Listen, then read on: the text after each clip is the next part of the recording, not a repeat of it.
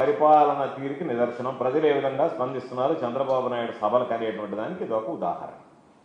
కారణం ఏమిటి అంటే చంద్రబాబు నాయుడు నోరు తెరిస్తే అబద్ధాలు తప్ప నిజం అనేటువంటిది పొరపాటును కూడా చంద్రబాబు నాయుడు నోటుకుండా వచ్చేటువంటి పరిస్థితులు కనిపించడం లేదు.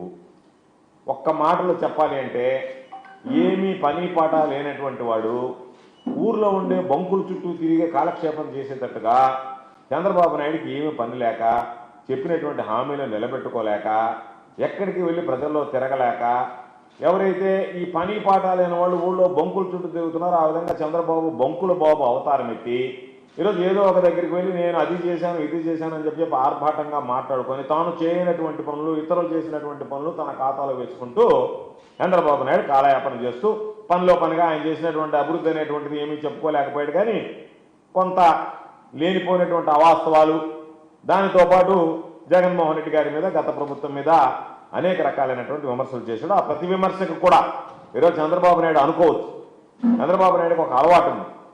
తాను ఎవరు మంచి చేసినా, ఎవరు ఏ పని మంచిదైనా ప్రజలు అది మంచిది అని చెప్పి స్వీకరిస్తే దాన్ని తన ఖాతాలో వేసుకొని నేను చేశానని చెప్తాడు. తాను చేసినటువంటి పని వికటిస్తే, అది విఫలమైతే దానికి సంబంధించి పక్కన ఉన్నటువంటి అధికారుల మీద నెట్టేస్తాడు. చంద్రబాబు నాయుడు జీవితమే, చంద్రబాబు నాయుడు ఆనవాయితీ అలవాటే ఆత్మస్థుతి పరనింద. తాను ఏదైనా సరే తాను చేశానని చెప్పి గొప్పలు చెప్పుకోవడం, తన ద్వారా గొప్పలు జరిగినాయని చెప్పుకోవడం, ఏదన్నా పొరపాటు జరిగితే దాన్ని ఇతరుల మీదకి నెట్టేయడం, ఉంటే పక్కనుంటే అధికారులు లేదా ఇతర పార్టీలు, ప్రతిపక్ష పార్టీలు ఎవరో ఒకరి మీద. అతను జీవన శైలే అబద్ధాలతో కాలం గడపడం అనేటువంటిది. దానికి ఆయన పచ్చ బ్యాండ్ మోగించడానికి రాగానే జనాలందరూ ఆ బ్యాండ్ శబ్దం లాగా వెళ్ళిపోయారు. పచ్చ పత్రికలు మాత్రం బాకాలు ఉదేటువంటి పరిస్థితి కనపడుతుంది. దానికి సంబంధించి ఆయన వరకే మీరు చూడండి, ఎక్కడా కూడా ఈరోజు మొత్తం లైవ్ అంతా చూశానండి. చంద్రబాబు నాయుడు ముఖార విందాన్ని, ఆ స్టేజ్ని తప్ప ఒక్కసారి కూడా జనాన్ని చూపించలేదు. ఆయన మాట్లాడేటప్పుడు ముందు చూపించేశారు, జనం వచ్చిన తర్వాత చంద్రబాబు నాయుడు మాట్లాడేటప్పుడు జనం వెళ్ళిపోతున్నారు. అది ఎక్కడా కూడా చూపించినటువంటి పరిస్థితి లేదు. అయితే చంద్రబాబు నాయుడు ఎన్ని అబద్ధాలు చెప్పినా వాస్తవాలు చెప్పడానికి, చంద్రబాబు నాయుడు చెప్పినటువంటివన్నీ అబద్ధాలను చెప్పడానికి వైఎస్ఆర్ కాంగ్రెస్ పార్టీ ఉంది, మేమున్నాం. ఈ జిల్లాలో సంబంధించి చంద్రబాబు నాయుడు కన్ను ఆర్పకుండా చెప్పినటువంటి ప్రతి అబద్ధానికి కూడా వాస్తవం ఏందనేటువంటిది ఈరోజు మేము చెప్పడానికి సిద్ధంగా ఉన్నాం. అందులో భాగంగానే ఈరోజు ప్రతి విషయంలో కూడా స్పష్టత ఇవ్వాలనేటువంటి ఆలోచనకు వచ్చింది. చంద్రబాబు నాయుడు ఒక మాట చెప్పాడు, 2029 అంటే ఇంకొక 3 సంవత్సరాల టైం ఉంది, ప్రతి పేదవాడికి ఇల్లు కట్టించడమే మా లక్ష్యం. తిరుపతి జిల్లాలో 15,659 ఇళ్లు నిర్మిస్తున్నాం. ఇప్పటి వరకు 5,50,000 ఇళ్లు నిర్మించేశామని చెప్పాడు. నేను అడుగుతున్నా, 2014, 2019 మధ్య నువ్వు ముఖ్యమంత్రిగా ఉన్నావు, ఎన్ని స్థలాలు ఇచ్చావు, ఎంతమందికి ఇళ్లు కట్టించావు అనేటువంటిది నువ్వు చెప్పగలవా చంద్రబాబు? చెప్పేటువంటి ధైర్యం ఉందా? చెప్పడానికి నీ దగ్గర ఆధారాలు, రికార్డులు ఉన్నాయా? అదేవిధంగా ఈరోజు నువ్వు 21 నెలల్లో 5,50,000 ఇల్లు కట్టానని చెప్పి మరొక పచ్చి అబద్ధం చెప్పాడు. 2024లో చంద్రబాబు అధికారంలోకి వచ్చిన తర్వాత ఎక్కడన్నా ఒక ఇంటి నిర్మాణానికి భూమి పూజ చేశారా? కనీసం పునాదులు తీయడానికి ముగ్గు వేశారా? ఎక్కడన్నా నువ్వు ఇళ్లు మంజూరు చేసి ఆ పనులు చేసినటువంటి పరిస్థితి ఉందా? గత వైఎస్ఆర్సీపీ ప్రభుత్వంలో ఏదైతే జగన్మోహన్ రెడ్డి గారు ఆలోచన చేసి పేదవాడికి గూడు కల్పించాలనేటువంటి లక్ష్యంతో ఇళ్లు మంజూరు చేసి నిర్మించాడో వాటికి ఫినిషింగ్ టచ్లు ఇచ్చి అప్పుడు ఆగిపోయినటువంటి, పంపకుండా ఆగిపోయినటువంటి ఇళ్ళని ఈరోజు నువ్వు వాటిని పంపిణీ చేసేటువంటి కార్యక్రమంలో చెప్పినటువంటి అబద్ధం చెప్పకుండా మాట్లాడేటువంటి పరిస్థితి ఏర్పడింది. నువ్వే చెప్పావు, వైఎస్ఆర్సీపీ ప్రభుత్వంలో 6,55,000 ఇళ్లు కట్టారు. అర్బన్ దానికి సంబంధించినటువంటి కింద అర్బన్ పథకం కింద ఇచ్చినటువంటి వాటిలో నిధులన్నీ కూడా వాడేశారు. 815 కోట్లు అప్పు పెట్టారు. మంచి ఇళ్లు కడితే వాటిని నాశనం చేశారు. వీళ్ళకి మనసు ఎలా వచ్చిందో అర్థం కాలేదు అని చెప్పి చంద్రబాబు నాయుడు మాట్లాడారు. ఒక మనిషి ఎంత నిస్సిగ్గుగా పచ్చి అబద్ధాలు మాట్లాడతాడు అనేటువంటి దానికి ఈరోజు చంద్రబాబు నాయుడు మాట్లాడినటువంటి ఈ మాటలు ఉదాహరణ.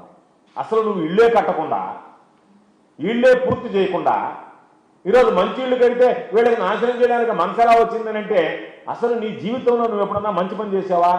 ఎవరికైనా 10 మందికి ఉపయోగపడేటువంటి పని జరిగిందా? 10 మందికి ఉపయోగపడాలనేటువంటి ఆలోచన ఏ రోజైనా చేసినటువంటి పరిస్థితులు ఉన్నాయా? కాబట్టి వైఎస్ఆర్ కాంగ్రెస్ పార్టీ ప్రభుత్వంలో 31,19,000 ఇళ్ల స్థలాలు ఇచ్చి 21,75,000 ఇళ్లు మంజూరు చేస్తే 9 లక్షల ఇళ్లు దాదాపుగా పూర్తయ్యాయి. 2 లక్షల ఇళ్ళు ముగింపు దశలో ఉన్నాయి. 11,61,000 ఇళ్ళు వివిధ దశల్లో ఆ రోజు పురోగతిలో ఉన్నాయి. కాబట్టి వాటికి సంబంధించి నువ్వు ఏదేదో మాట్లాడతా, ఇళ్లకు సంబంధించి మొత్తం మాట్లాడడం. నీకు ధైర్యం ఉంటే దాని మీద ఎవరైనా సరే, తెలుగుదేశం పార్టీకి సంబంధించి చంద్రబాబు నాయుడుతో సహా ఎవరైనా సరే ఇళ్ల నిర్మాణానికి సంబంధించి కానీ, ఇళ్ల స్థలాలకు సంబంధించి కానీ, నువ్వు మొదట్లో 2004 నుంచి, 2004 ముందు నుంచి, 2004 తర్వాత రాజశేఖర రెడ్డి గారు వచ్చిన తర్వాత 2004 ముందు నువ్వు ముఖ్యమంత్రిగా ఉన్నప్పుడు ఎంత తేడా కనపడింది? చంద్రబాబు నాయుడు గారు రామారావుకు వెన్నుపోటు పొడిచి అధికారం తీసుకున్న నాటి నుంచి ఈ రోజు వరకు ఇళ్ల నిర్మాణానికి సంబంధించి కానీ, ఇళ్ల స్థలాలకు సంబంధించి కానీ చంద్రబాబు నాయుడుతో కాదు ఎవరితోనైనా సరే చర్చించడానికి వైఎస్ఆర్ కాంగ్రెస్ పార్టీ సిద్ధంగా ఉంది. కాబట్టి ఈరోజు నువ్వు నోరు తెరిస్తే ఏదో ఒక విధంగా అబద్ధాలు చెప్పి వెళ్ళిపోవాలి, జనాన్ని ఏదో ఒక విధంగా మభ్యపెట్టాలనేటువంటి ఆలోచన తప్ప ఇళ్లకు సంబంధించి మాట్లాడడంతో పాటు మిగతా విషయాలు కూడా మాట్లాడాడు. ఏమని మాట్లాడాడు? వైఎస్ఆర్ కాంగ్రెస్ పార్టీ ప్రభుత్వంలో 5 ఏళ్లలో దాదాపుగా 10 లక్షల కోట్ల రూపాయలు అప్పు చేశారు అని చెప్పి మాట్లాడారు. ఒక పక్క కేంద్ర ప్రభుత్వ నివేదికలు, నువ్వు సంబంధించినటువంటి అసెంబ్లీలో ఇచ్చేటువంటి బడ్జెట్లు అన్నింటిలో కూడా 3,31,000 కోట్ల రూపాయలు అప్పు జరిగిందని చెప్పి నీ ప్రభుత్వమే, నీకు సంబంధించినటువంటి ఆర్థిక మంత్రి మాట్లాడుతూ ఉంటే నువ్వు మరలా 10 లక్షల కోట్ల పాట ఏదైతే ఎన్నికలకు ముందు పాడావో అదే పాట, అదే అబద్ధాన్ని మరలా నిజం చేసేటువంటి ప్రయత్నం చేస్తే ఈరోజు మేము చెప్తున్నాం, నీలాగా ఈ 21 నెలల్లోనే 22 నెలల్లోనే 3,40,000 కోట్లు అప్పు చేసి దోచుకోలే, వాటిని జోబులో వేసుకోలే. జగన్మోహన్ రెడ్డి గారి హయాంలో తెచ్చినటువంటి ప్రతి రూపాయికి లెక్క ఉంది. ఆ ప్రతి రూపాయి కూడా ఈరోజు విలువ కట్టి పేదవాడికి ఎక్కడా కూడా ఒక్క రకమైనటువంటి ఇబ్బంది కూడా లేకుండా పారదర్శకంగా అందించాం. దానికి సంబంధించి 2,73,000 కోట్ల రూపాయలు డైరెక్ట్ బ్యాంక్ ట్రాన్స్ఫర్ కింద లబ్ధిదారులకు సంబంధించినటువంటి వాళ్ళ ఖాతాల్లో జమ చేసి వాళ్ళకి అండగా నిలిచాం. మరొక 17 లక్షల కోట్ల రూపాయలు దాదాపు నాన్ డీబీటీ కింద ఇచ్చాం. నువ్వేమో నేను సంపద పెంచి పంచుతానని చెప్పి మంగళవారం వస్తే జనాల మీద అప్పులు తీసుకొచ్చి భారం వేస్తా, ఇప్పటికే 3,47,000 కోట్ల రూపాయలు అప్పు చేసి నాకు అంత అనుభవం ఉంది, ఇంత అనుభవం ఉందని చెప్పేటువంటి చంద్రబాబు ఈరోజు నీ అప్పులు కప్పిపుచ్చుకోవడానికి నిన్ను జనాలు ప్రశ్నిస్తారు. కాబట్టి దాని నుంచి బయటపడడానికి జగన్మోహన్ రెడ్డి గారు 10 లక్షల కోట్ల అప్పులు చేసి చేశాడని చెప్పి ఈరోజు మాట్లాడేటువంటి పరిస్థితి నువ్వు తెరిపావు. సరే, నోరు తెరిస్తే నువ్వు చెప్పేటువంటి అబద్ధాల్లో పాపం ఈ మధ్య ఏదో అంతకుముందు రాసుకొని వచ్చేవాడు, ఈ మధ్యలో ఇది తెచ్చుకొని ల్యాప్టాప్ తెచ్చుకొని దాంట్లో చూస్తున్నాడు. అంతకుముందు మెడకి మైకల్ జాక్సన్ వేసుకున్నట్టు ఒక వేసుకొని వచ్చేవాడు, వేసుకొని వచ్చి కాగితాల మీద చెప్పినటువంటి అబద్ధం చెప్పకుండా పోయేవాడు. అందుకని మరలా ఇప్పుడు సిస్టమ్ మార్చాడు. ఆయన ఒక చిన్న ల్యాప్టాప్లో అబద్ధాలు కొట్టుకొని వచ్చి ఆ అబద్ధాలు ల్యాప్టాప్ ఓపెన్ చేసి మొదలుపెట్టాడు. దాంట్లో చెప్పాడు, విశాఖకి సంబంధించి మెటల్ స్టీల్ నిర్మిస్తున్నాం, లక్షల మందికి ఉద్యోగం అన్నాడు. మొన్నేమో 1,00,000 మందికి అన్నాడు. అదే జనాలు చాలా మంది 1,00,000 మందికి ఒక స్టీల్ ప్లాంట్లో ఉద్యోగాలు వస్తాయన్నాడు. ఈరోజు 1,00,000 పోయింది, 1,00,000 చేర్చాడు దాన్ని. లక్షల మందికి ఉద్యోగాలు వస్తాయని చెప్పి ఈరోజు ఆయన మరి దానికి సంబంధించినటువంటి ఒక అబద్ధం చెప్పాడు.